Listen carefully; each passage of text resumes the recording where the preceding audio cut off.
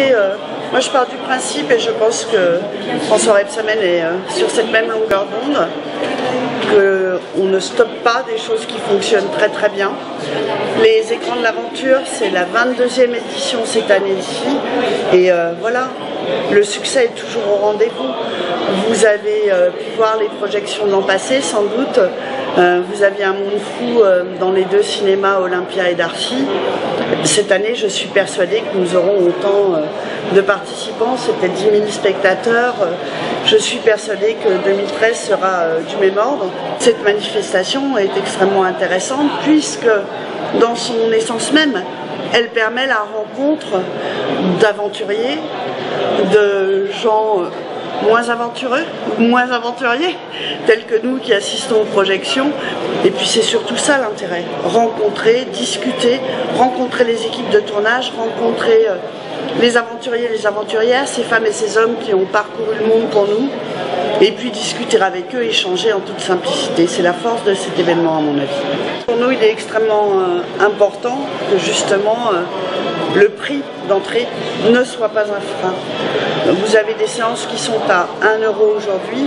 Cela veut dire qu'une majorité de familles peut se permettre d'aller au cinéma voir ces films d'aventure, aller assister à ces projections. 1 €, c'est pas beaucoup. Je sais que dans le budget de certaines familles extrêmement modestes, ça peut être quelque chose, mais honnêtement, on ne peut pas être plus bas et on ne peut pas être sur une gratuité totale de cette manifestation.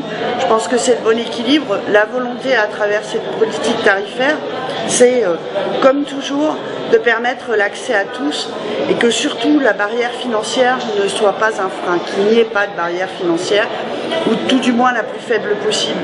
Tout ça, ça s'inscrit dans une politique qui est souhaitée, voulue, portée par la municipalité de Dijon, comme la gratuité dans les bibliothèques, comme tout ce que vous pouvez connaître sur les territoires qui existent dans cette matière-là.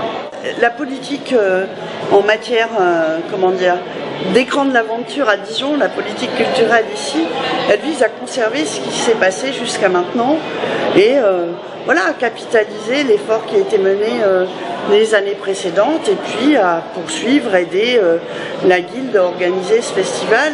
Je vous dis, 10 000 personnes qui viennent, des gens qui en parlent des semaines à l'avance.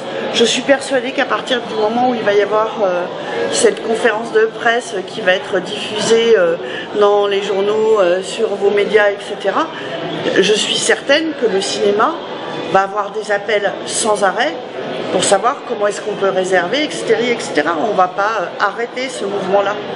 La culture, ce n'est pas un en plus, quelque chose qui serait là une fois qu'on a tout fait. C'est quelque chose qui est essentiel. C'est la colonne vertébrale du vivre ensemble, c'est la colonne vertébrale de notre humanité. Et la culture, c'est voilà, ce qui nous met au monde et ce qui nous rend humains. Et dire culture en plus, c'est un petit peu réducteur. On va dire les arts sont ce qui nous élève.